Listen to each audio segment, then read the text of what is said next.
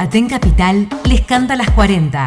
4 décadas de lucha, 4 décadas en defensa de la educación pública. Aten Capital les canta las 40. Repaso semanal de la actualidad de nuestro sindicato.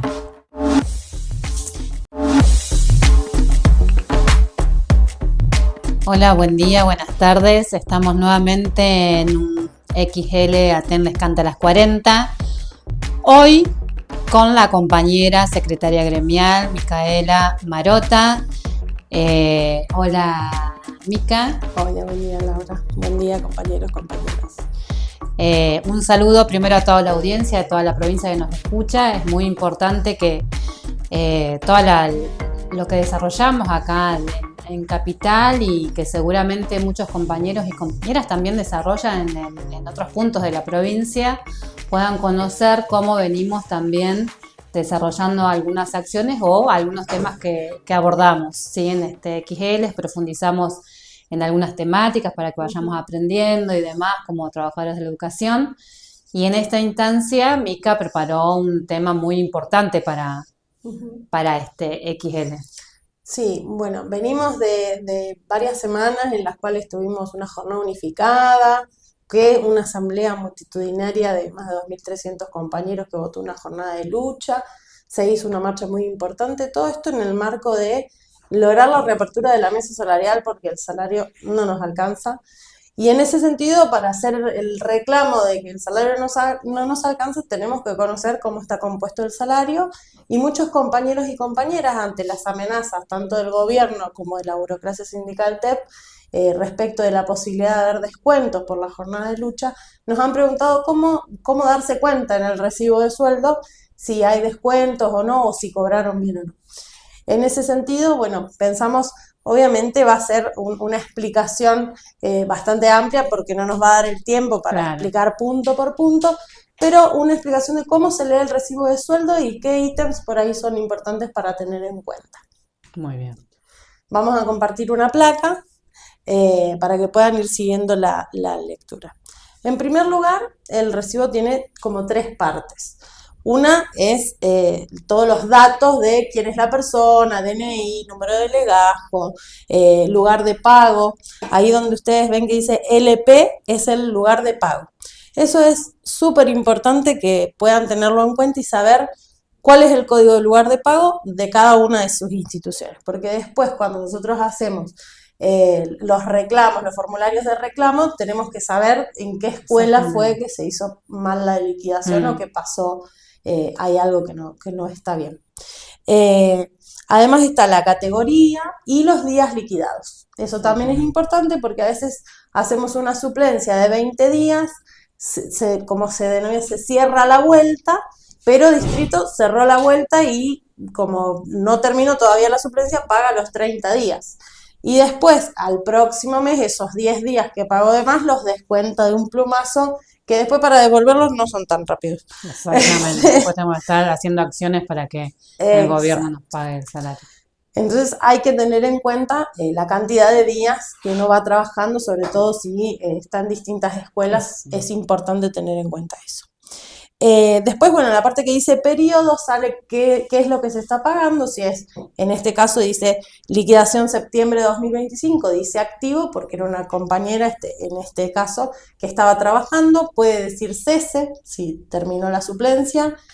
También después, cuando nos pagan el medio aguinaldo, dice primer SAC, segundo SAC. Entonces ahí está como la denominación de qué es lo que se está pagando con ese recibo. Después hay otra columna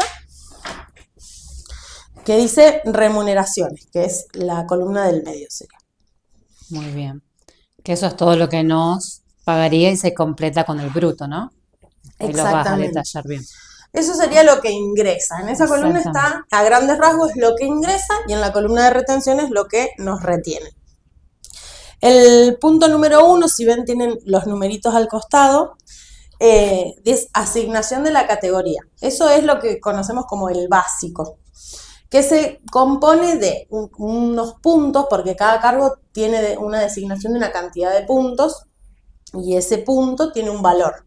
Multiplicando uno por el otro da cuál es el monto del básico. Después está la antigüedad docente, que, bueno, según la cantidad de años trabajados, es el porcentaje de antigüedad que se cobra. Para eso hay una tablita que vamos a compartir en la página web, en la parte de la pestaña de la Secretaría Gremial. Igual en las escuelas lo tienen, las secretarias siempre, si uno les pregunta, tienen la predisposición, así que, pero la vamos a poner en la página. Es importante con respecto a la antigüedad que se tenga en cuenta que la antigüedad cuenta hasta los días. Entonces, si uno no tiene la continuidad en el cargo, no es que yo empecé a trabajar en 2016 y ahora tengo 10 años de antigüedad, porque tiene que haber habido una continuidad en el cargo. Eso se puede pedir en el consejo para saber la antigüedad, se pide la sábana que se le llama para saber qué antigüedad tenemos. Muy bien.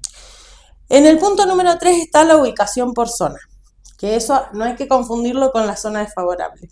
Esa la cobramos todo. La zona desfavorable, que es el punto número 5, es lo que cobran los trabajadores y trabajadoras que están ubicados y trabajando por debajo, al sur del río Colorado. La ubicación por zona es otra cosa que tiene que ver con las características y el contexto en el que está cada escuela. Es como un adicional por ruralidad.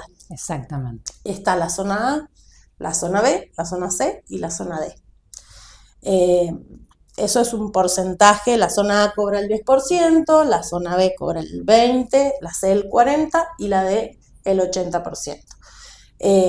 Eso tiene que ver con, bueno, como ya comenté, un adicional por zona que tiene que ver con la ruralidad, y en cada localidad tiene zonas tiene escuelas que cobran distintas zonas. Exactamente. Incluso acá en Neuquén tenemos del grupo A y del grupo B. Claro, por eso no es que es solamente porque en qué lugar está, sino que hay otros elementos a tener en cuenta. Bien.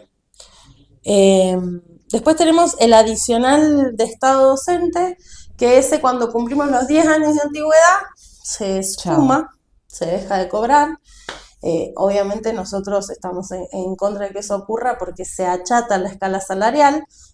Obviamente defendemos que los compañeros mantengan su antigüedad y puedan, a medida que van transitando y que trabajando en el sistema educativo, puedan cobrar más. Exactamente. Así que eso, bueno, pero hay que tener en cuenta que a los 10 años se deja de cobrar, puede salir, o sea, del recibo de sueldo deja de aparecer ese ítem, y es un monto considerable. En este caso son 270.000 pesos en un monto de 484.000, es casi la mitad. Exacto. Entonces es importante que puedan conocer este dato, porque al cambiar de 10 a 11 años no está más. Bueno, la zona desfavorable ya lo comenté. Después tenemos algunos ítems que hacen referencia a distintos decretos, distintas leyes que, bueno, son muy específicos. Pero, por ejemplo, el FONIDA hay 3 puntos. Esto hay que saber que tiene retenciones que se hacen en base a un cálculo, se suma el punto 8 con el punto 6, se le suma, por ejemplo, el IPC ahora, y eso, en base a eso, se suma a la actualización del FONIDA. Lo mismo pasa con la conectividad. Hay conectividad nacional, conectividad provincial, se hace un cálculo y se suma. Obviamente la conectividad no nos alcanza. No. No son los montos que uno maneja. Y este ítem es importante porque algunas compañeras en las recorridas nos preguntaban qué pasó con el punto de material didáctico. Ese punto ya no está y se cambió por la conectividad. Después, bueno, está el punto de el cobro por hijo, ¿sí? O por hijo con discapacidad, hijo, hija, que se cobra todos los meses.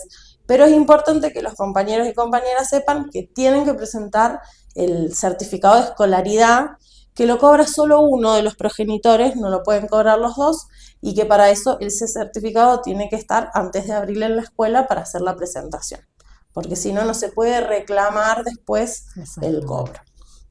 Bien. Todos estos puntos nos dan lo que abajo del recibo dice total remuneraciones, que es lo que llamamos el bruto. No es eso lo que cobramos, no es eso lo que van a ver en la cuenta bancaria, sino que a eso hay que hacerle las retenciones, que para eso está la próxima columna, que en este caso es un recibo testigo. Hay quienes tienen por ahí otras mutuales o que tienen otros seguros que se agregan también a Claro, ese. los adicionales. Exacto. En ese punto de retenciones tenemos lo que es instituto, que es el aporte jubilatorio, y el aporte asistencial, que el asistencial es la obra social, el seguro obligatorio, que es el que va de base y no se puede sacar, pero sí se puede tener otro seguro, que eso cada compañero o compañera decide si quiere agregar otro seguro o no. Y después el punto de ATEN sindical, que es el aporte que se hace al sindicato, que hay que aclarar que en el caso de ATEN es bajo, es el 1%, hay otros sindicatos que cobran el 2%, y que además, aunque no estés afiliado, igual el descuento se hace por el cobro del uso del convenio colectivo, por ejemplo. En ATEN no tenemos convenio colectivo, tenemos estatuto, pero vale la pena aclarar esto porque es una cuota baja y además convocamos a los compañeros y compañeras y los invitamos a que se afilien por la importancia que tiene el sindicato para poder continuar con estas luchas que nombraba al principio y para organizarnos, porque para eso estamos. La afiliación se hace a través de una planilla que le pueden pedir a su delegado o referente. Esto Y también la está pueden en la descargar también de la página. Y es Exacto. muy importante porque justamente es el sostenimiento de la herramienta de lucha, ¿sí? Exacto. Así que bueno, eso. Ahí por lo que vos desarrollaste del recibo, esto, ¿no? Lo del estado docente y algunos ítems que están por fuera del básico de la antigüedad docente, ¿no? El achatamiento que ha generado estas sumas que son en grises, que le decimos nosotros, genera justamente casi lo mismo incluso que lo del presentismo, ¿no? Este plus extorsivo y antihuelga, que es como para todos iguales, o en este caso el Estado docente, hasta que Exacto. lleguen a tal cantidad de años en la docencia y luego chau. Justamente todos estos puntos que la burocracia, porque es así, la conducción provincial ha aceptado en cada mesa de negociación, es lo que nosotros rechazamos de plano, ¿no? Porque nosotros queremos aumento al básico que genere justamente un aumento en nuestra antigüedad y que podamos, esa cantidad de años que nosotros tenemos de servicio, de trabajo en la docencia, se vea reflejado en ese aumento. Sí, por supuesto, porque por eso siempre nuestros reclamos son salario, el aumento al básico, porque eso influye en todos los ítems que son proporcionales, por supuesto, y en cuanto a lo de, bueno, después hablaremos de los reclamos y el salario de hoy y las mesas de negociación. Pero para finalizar con lo del recibo, en la columna de la derecha están esas retenciones, que es lo que se descuenta del bruto, que es lo que se suma de la primera columna. Entonces se resta lo de la segunda a la primera y ahí sí nos da el resultado del salario neto, que dice neto a cobrar, que es lo que deberíamos ver reflejado en la cuenta bancaria. Bien.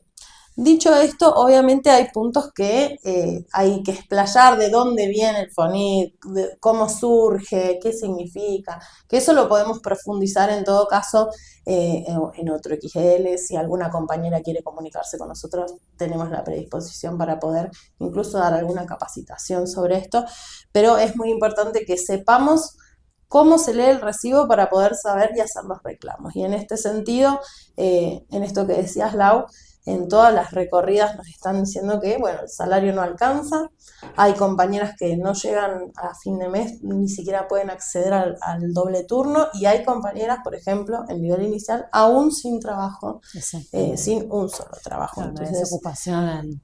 La importancia de continuar en esta organización y este plan de lucha que comenzamos con la jornada unificada, en ese sentido, aprovechar este espacio para obviamente hacer la invitación de que se genere los debates en las escuelas, que continúen eligiendo delegados y delegadas. Estamos organizando el día 7 de mayo, va a estar el plenario de delegados y delegadas para poder debatir cómo continuamos esto que comenzó para exigir la reapertura de la mesa salarial. También en ese sentido, obviamente ahora viene el 1 de mayo, así que convocamos el 1 de mayo, 10:30 horas en el Monumento, para continuar con todos los reclamos que corresponden a la clase trabajadora en general.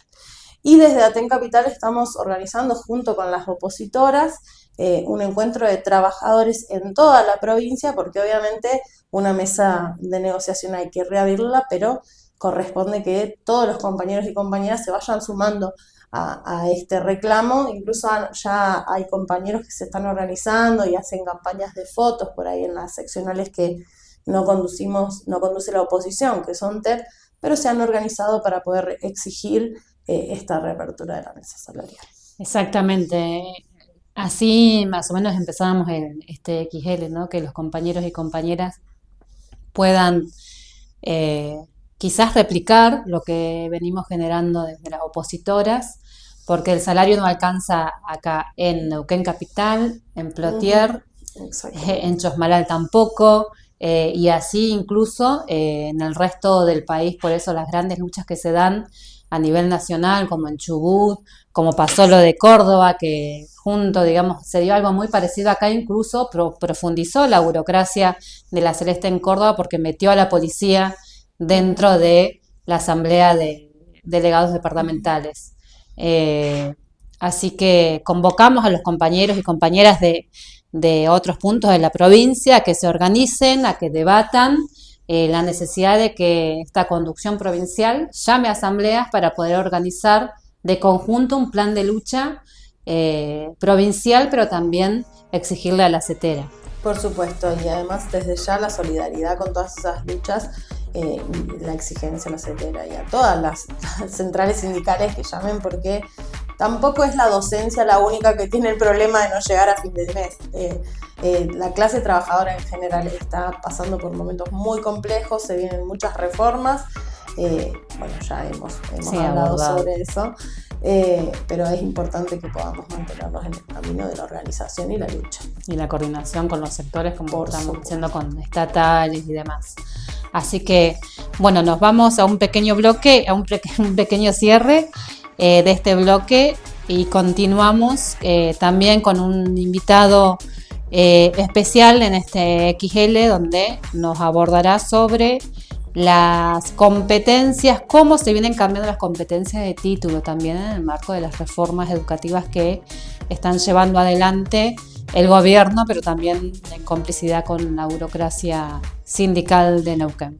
Esta reforma habla de un consejo escolar de padres, que son quienes van a decidir a los equipos directivos y el personal que trabaja en la institución. Esto va en contra de los derechos laborales. Tenemos que organizarnos para derrotar la reforma educativa.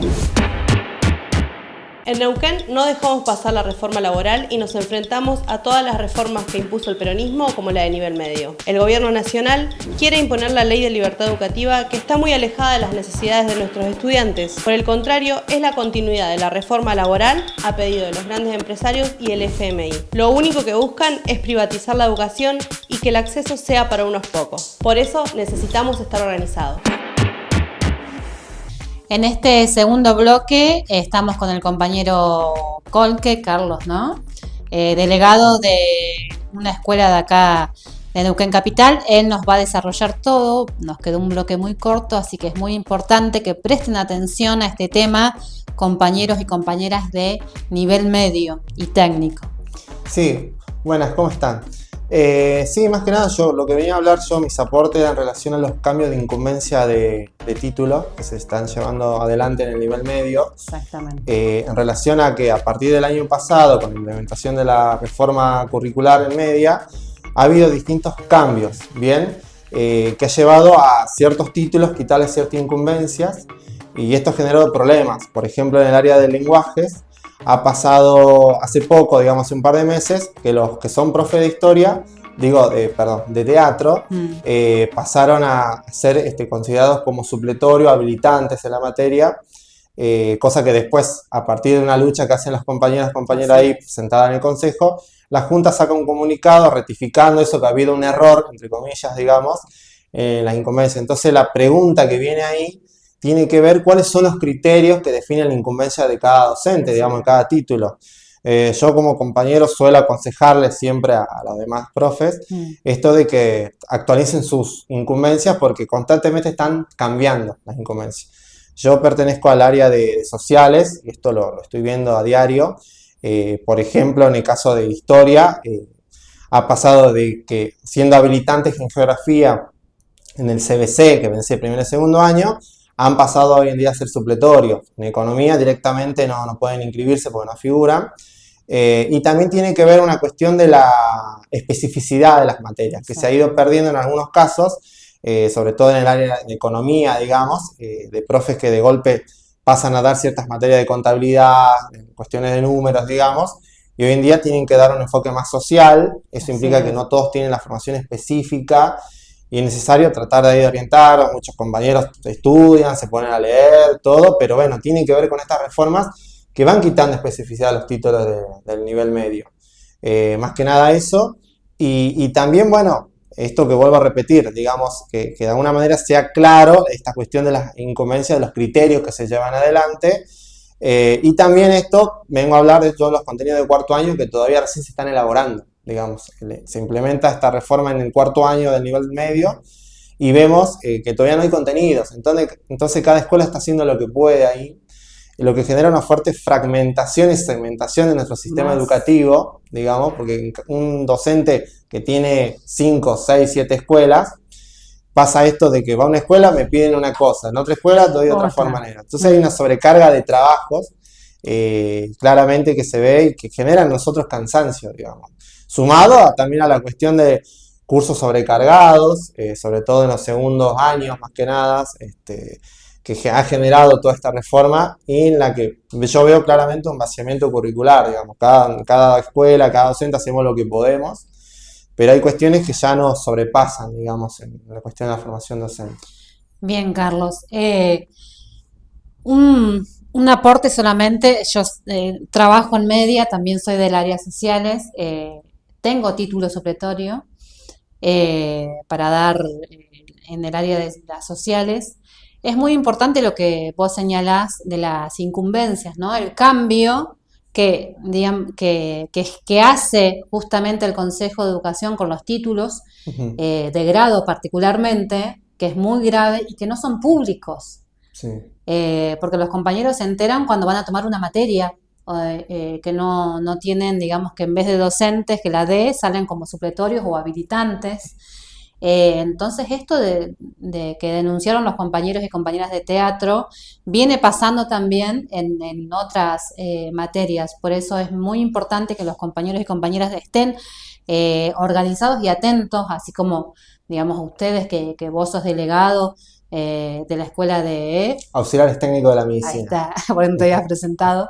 Que estén organizados y atentos. Es muy importante que tengan delegados y delegadas también para que puedan hacer esa intervención y orientación hacia el Consejo de Educación y organizarse las escuelas medias y técnicas.